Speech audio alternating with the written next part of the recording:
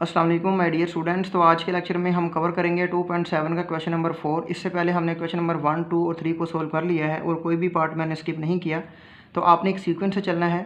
तो question number 4 का भी मैं कोई भी पार्ट स्किप नहीं करूँगा, एक एक पार्ट में आपको सोल्व। तो इसमें हमने y4 की वैल्यू को क्या करना है, फाइंड करना है। तो हमारे पास जो y की वैल्यू है वो हमारे पास sin 3x है, ठीक है।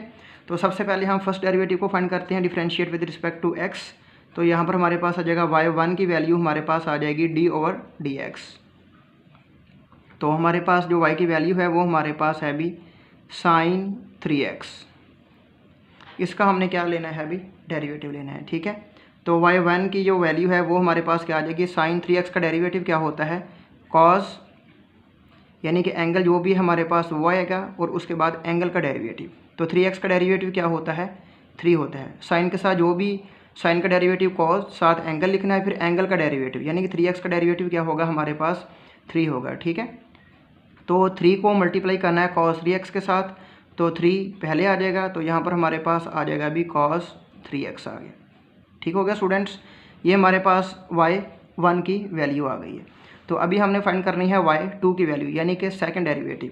तो y2 हमारे पास क्या आ जाएगा, 3 कांस्टेंट है तो इसको हम बाहर निकाल लेंगे। तो यहाँ पर हमारे पास आ जाएगा d/dx। तो डेरिवेटिव किसका लेना है हमने, cos 3x का। तो यहाँ पर हमारे पास आ गया भी 3, और cos 3x का डेरिवेटिव क्या होगा, माइनस साइन, एंगल क्या है हमारे पास 3x है, और फिर एंगल का डेरिवेटिव। तो 3x का डेरिवेटिव क्या होगा हमारे पास 3 होगा, ठीक है। तो 3 को 3 से मल्टीप्लाई किया तो हमारे पास क्या आ गया अभी, 9 आ गया। यहाँ पर आ गया हमारे पास -9 sin 3x। तो ये हमारे पास y2 की वैल्यू आई है। और अभी हमने फाइंड करना है y3 को, यानी कि थर्ड डेरिवेटिव। तो यहाँ पर हमारे पास आ जाएगा differentiate with respect to x, y3 -9 को हम बाहर निकालेंगे, ठीक है। तो यहाँ पर हमारे पास आ जाएगा d/dx। तो यहाँ पर हमारे पास आ गया भी sin 3x। तो इसका जब हम डेरिवेटिव लेंगे तो यहाँ पर हमारे पास आ जाएगा भी -9, साइन का डेरिवेटिव क्या होता है, cos x होता है, ठीक है। तो यहाँ पर आ गया cos 3x, एंगल का अगेन डेरिवेटिव। तो 3x का डेरिवेटिव क्या होगा हमारे पास 3 होगा। तो -9 को 3 से मल्टीप्लाई करेंगे तो ये हमारे पास आ जाएगा -27। तो यहाँ पर हमारे पास आ गया भी cos 3x आ गया। ये हमारे पास y3 की वैल्यू आई है। तो हमने फाइंड करनी है y4 की वैल्यू, यानी कि 4 डेरिवेटिव हमने फाइंड करने हैं, again differentiate with respect to x। तो y4 की वैल्यू हमारे पास क्या आ जाएगी, -27, कांस्टेंट वैल्यू है, इसको हम बाहर निकालेंगे। तो यहाँ पर हमारे पास आ जाएगा d/dx। तो यहाँ पर हमारे पास आ गया भी cos 3x। जब हम इसका डेरिवेटिव लेंगे तो ये हमारे पास आ जाएगा -27। ये cos 3x है, तो इसका डेरिवेटिव क्या आ जाएगा हमारे पास, -sin 3x। और अगेन जो हमारे पास एंगल है उसका डेरिवेटिव, तो 3x का डेरिवेटिव क्या होगा हमारे पास 3 होगा, ठीक है। एक माइनस ये है, एक माइनस ये है, तो माइनस माइनस क्या हो गया प्लस। 27 को 3 से मल्टीप्लाई करूँगा तो ये मेरे पास आ जाएगा भी 81 sin 3x आ गया, ठीक है। तो ये मेरे पास y4 की वैल्यू आ गया, ठीक है, जो कि हमने फाइंड करनी थी। उम्मीद है कि स्टूडेंट्स क्वेश्चन नंबर 4 के पार्ट 1 की आपको समझ आई होगी। अभी हम पार्ट नंबर 2 को सोल्व करते हैं। अभी स्टूडेंट्स हम करेंगे पार्ट नंबर 2। वो हमारे पास है y इक्वल है cos 3x है, ठीक है। तो आप गौर करें, यहाँ पर पावर है तो पावर फार्मूला अप्लाई होगा, यानी कि सबसे पहले पावर, शुरू में पावर में से एक माइनस, और फिर जिसकी पावर है उसका डेरिवेटिव, ठीक है। तो हम क्या लिखेंगे, differentiate with respect to x। तो यहाँ पर हमारे पास y1 की वैल्यू क्या आ जाएगी, d/dx। तो यहाँ पर हमारे पास आ गया भी cos3x, ठीक हो गया स्टूडेंट्स। जब हम इसका डेरिवेटिव लेंगे तो पावर शुरू में, तो यहाँ पर हमारे पास आ गया 3 cos स्क्वायर x, ठीक है। और फिर जिसकी पावर है उसका डेरिवेटिव, तो cos का डेरिवेटिव क्या होता है, -sin x, ठीक हो गया स्टूडेंट्स। आप गौर करें, ये हमारे पास प्रोडक्ट फार्मूला बन रहा है, ठीक है। एक वैल्यू हमारे पास ये है और एक वैल्यू हमारे पास ये है। तो आप प्रोडक्ट फार्मूला अप्लाई करेंगे y1 में ही, तो फिर y2 में और ज़्यादा ये डिफ़िकल्ट क्वेश्चन बन जाएगा, फिर y3 में, फिर y4 में, तो काफ़ी बड़ा क्वेश्चन हो जाएगा। तो इसका एक और आसान मेथड है, वो मैं आपको करवा देता हूँ।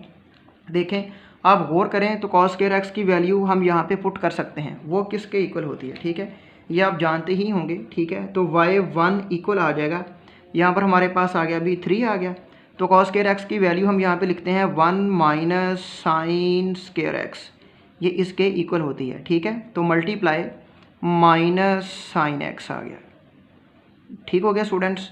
तो अभी हमने माइनस साइन एक्स को, और ये 3 भी है, इसको हम मल्टीप्लाई करेंगे इसके साथ, फिर मल्टीप्लाई करेंगे इसके साथ, तो y1 की वैल्यू हमारे पास आ जाएगी, ठीक है। उसके बाद हम y2 की वैल्यू को फाइंड करेंगे, फिर y3 की वैल्यू को फाइंड करेंगे। अभी 3 माइनस साइन एक्स को 1 से मल्टीप्लाई किया तो ये हमारे पास आ गया -3 साइन एक्स, ठीक हो गया।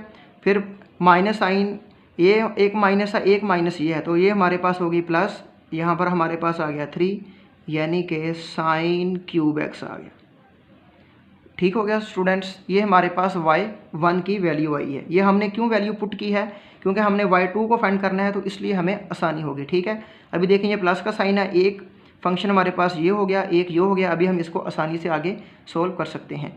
तो यहाँ पर आ गया y2 differentiate with respect to x, तो -3 को हम बाहर निकालेंगे, ठीक है। साइन x का डेरिवेटिव क्या आ जाएगा, ये आपने लिखना है d/dx ये वाली वैल्यू, फिर d/dx ये वाली वैल्यू, उसके बाद आपने डेरिवेटिव लेना है, ठीक है। मैं भी ये डिडक्ट कर रहा हूँ क्योंकि 2.7 तक आते हुए आपको ये काफ़ी प्रैक्टिस होगी कि हम डेरिवेटिव को कैसे लेते हैं। तो ये -3 आ गया, साइन एक्स का डेरिवेटिव क्या होता है, कॉस एक्स होता है, ठीक हो गया। यहाँ पे आ गया प्लस, पावर शुरू में 3 को 3 से मल्टीप्लाई किया तो ये हमारे पास आ गया अभी 9, और पावर में से 1 माइनस किया तो यहाँ पर आ गया साइन स्क्वायर एक्स, और फिर जिसकी पावर है उसका डेरिवेटिव, तो साइन का डेरिवेटिव क्या होता है, कॉस एक्स होता है, तो यहाँ पर हमारे पास आ गया अभी कॉस एक्स आ गया, ठीक हो गया स्टूडेंट्स। तो यहाँ पर हमारे पास आ गया -3 कॉस एक्स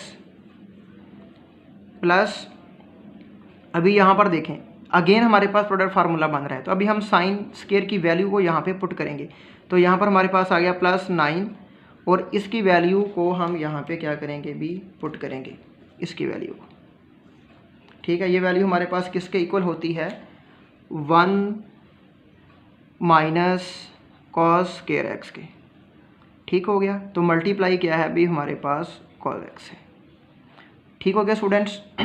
तो यहाँ पर हमारे पास आ गया अभी -3 cos x plus cos x, 9 cos x को मल्टीप्लाई करेंगे 1 के साथ, तो ये हमारे पास आ जाएगा +9 कॉस एक्स, और फिर ये माइनस है, यहाँ पर आ गया -9 कॉस एक्स को मल्टीप्लाई करेंगे कॉस स्क्वायर एक्स के साथ, तो ये हमारे पास आ जाएगा -9 कॉस क्यूब एक्स आ गया, ठीक हो गया स्टूडेंट्स। अब ये देखें, ये हमारे पास 9 कॉस एक्स है, ये हमारे पास -3 कॉस एक्स है, तो 9 में से 3 को माइनस किया तो यहाँ पर हमारे पास आ गया अभी 6 कॉस एक्स आ गया, और यहाँ पर हमारे पास आ गया अभी -9 कॉस क्यूब एक्स आ गया, ठीक हो गया स्टूडेंट्स। ये हमारे पास y2 की वैल्यू आई है।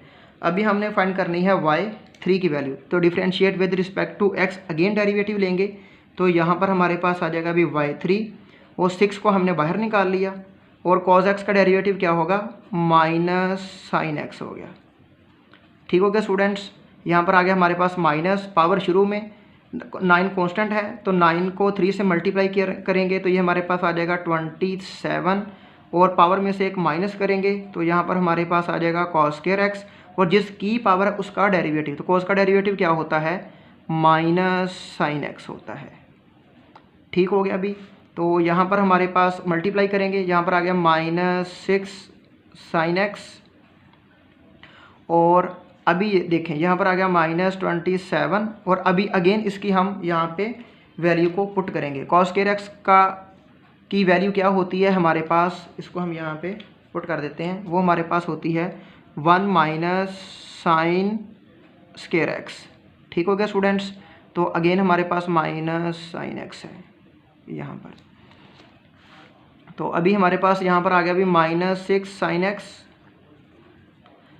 और एक माइनस ये है, एक माइनस ये है, तो ये हमारे पास हो गया अभी +27 sin x को मल्टीप्लाई करेंगे 1 के साथ, तो ये हमारे पास आ जाएगा अभी 27, यहाँ पर आ गया अभी sin x, एक माइनस ये है, एक माइनस ये है, एक माइनस ये है, minus minus plus, plus minus minus, तो यहाँ पर हमारे पास आ जाएगा अभी 27 साइन, ये 2 है, ये 1 है, तो यहाँ पर क्यूब एक्स आ गया, ठीक हो गया स्टूडेंट्स।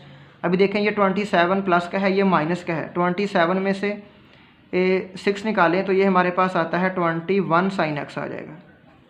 ठीक हो गया स्टूडेंट्स। तो ये हमारे पास आ गया -27 साइन क्यूब एक्स आ गया। तो ये वैल्यू हमारे पास y3 की आई है। ठीक है, अभी हमने y4 को फाइंड करना है। अभी मैं आगे इसको रीसॉल्व करता हूँ। अभी स्टूडेंट्स हम y4 की वैल्यू को फाइंड करते हैं, differentiate with respect to x। तो यहाँ पर आ जाएगा y4 इक्वल आ जाएगा 21 कॉन्स्टेंट वैल्यू है, इसको हम बाहर निकाल लेंगे।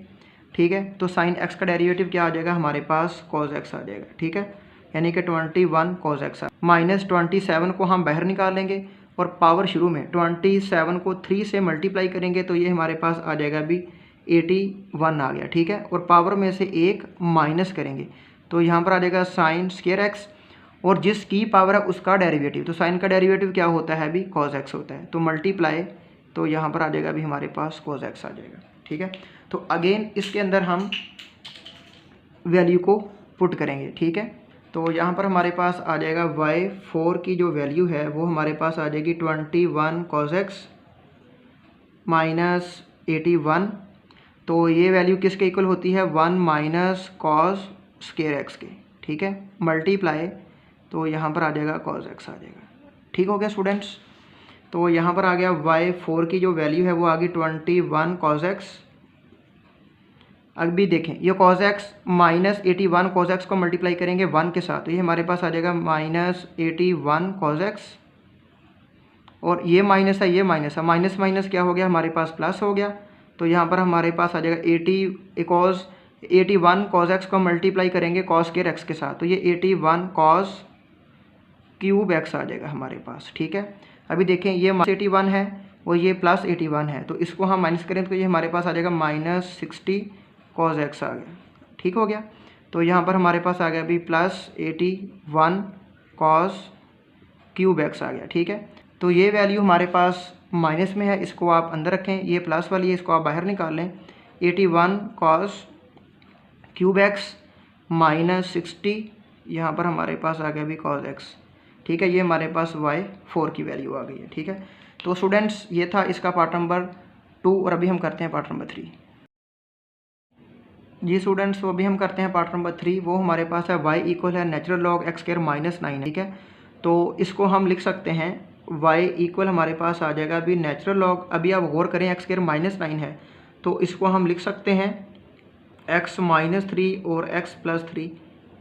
ठीक है, तो ये प्रोडक्ट है तो यहाँ पे क्या आ जाएगा, प्लस आ जाएगा। ठीक है, तो ये आप ऑलरेडी जानते ही हैं कि नेचुरल लॉग यहाँ पर आ जाएगा x -3, ये मल्टीप्लाई हो रहे हैं ना तो यहाँ पे क्या आ जाएगा, प्लस आ जाएगा। तो नेचुरल लॉग, तो यहाँ पर हमारे पास आ गया अभी x +3 आ गया। ठीक है, तो differentiate with respect to x, तो y1 की वैल्यू क्या आ जाएगी, जब हम इसका डेरिवेटिव लेंगे तो डेरिवेटिव क्या आता है, नेचुरल लॉग के साथ जो भी वैल्यू हो 1 ओवर वो वैल्यू आ जाती है। ठीक है, तो x -3 और x -3 का डेरिवेटिव क्या होगा, 1 होगा, तो 1 हम लिख देते हैं। चलो नेक्स्ट स्टेप में हम इसको कैंसिल कर देंगे, तो यहाँ पर हमारे पास आ जाएगा 1। जब हम इसका डेरिवेटिव लेंगे तो ये आ जाएगा हमारे पास 1 ओवर x +3, और x +3 का डेरिवेटिव क्या होगा, 1 होगा। x का डेरिवेटिव 1, 3 का 0। ठीक हो गया स्टूडेंट्स। तो y1 की जो वैल्यू है, ये पावर 1 को 1 से मल्टीप्लाई किया 1, इसकी पावर +1 में है, ऊपर जाके -1 हो जाएगी। तो x -3 की पावर हमारे पास आ गई -1, यहाँ पे आ गया प्लस, x +3 की पावर क्या आ गई भी हमारे पास -1 हो गई। ठीक है, तो अभी हम इसका डेरिवेटिव लेंगे, सेकंड डेरिवेटिव, तो differentiate with respect to x, तो y2 की जो वैल्यू आएगी वो हमारे पास आ जाएगी भी d/dx। तो यहाँ पर आ गया भी x -3 -1 प्लस d/dx, तो यहाँ पर आ गया भी x +3 -1 आ गया। ठीक हो गया स्टूडेंट्स। तो ये देखें पावर है तो यहाँ पर पावर फार्मूला अप्लाई होगा, पहले पावर के साथ डेरिवेटिव, फिर जिसकी पावर है उसका डेरिवेटिव। ठीक है, तो पावर शुरू में, तो यहाँ पर हमारे पास आ जाएगा अभी -1 और पावर में से एक माइनस करेंगे, तो यहाँ पर आ गया x -3 -1 क्या हो जाएगा, -2 हो जाएगा, और जिसकी पावर है उसका डेरिवेटिव, तो यहाँ पर 3 का डेरिवेटिव 0, x का डेरिवेटिव 1 को जब मल्टीप्लाई करेंगे तो कोई फ़र्क नहीं पड़ेगा, इसलिए हम 1 लिखेंगे नहीं। ठीक है, तो अभी पावर शुरू में ये -1 है, शुरू में आ गया, तो ये प्लस है, प्लस माइनस -1 आ गया, और पावर में से एक माइनस करेंगे, x +3 -1 क्या होता है, -2 होता है। ठीक है, ये हमारे पास y2 की वैल्यू आ गई। अभी हमने वैल्यू फाइंड करनी है y3 की, यानी differentiate with respect to x। यानी कि अगेन डेरिवेटिव लेंगे। जब हम अगेन इसका डेरिवेटिव लेंगे तो पावर शुरू में एक माइनस ये है, एक माइनस ये है, माइनस माइनस क्या होगी प्लस, 2 को 1 से मल्टीप्लाई किया तो ये हमारे पास होगी 2 होगी, ठीक है। तो फिर पावर में से एक माइनस करेंगे तो यहाँ पर हमारे पास आ जाएगा x -3 -2 -1 क्या हो जाएगा -3, एक माइनस ये है, एक माइनस ये है, ये भी प्लस हो गया और 2 हमारा शुरू में आ गया, ठीक है।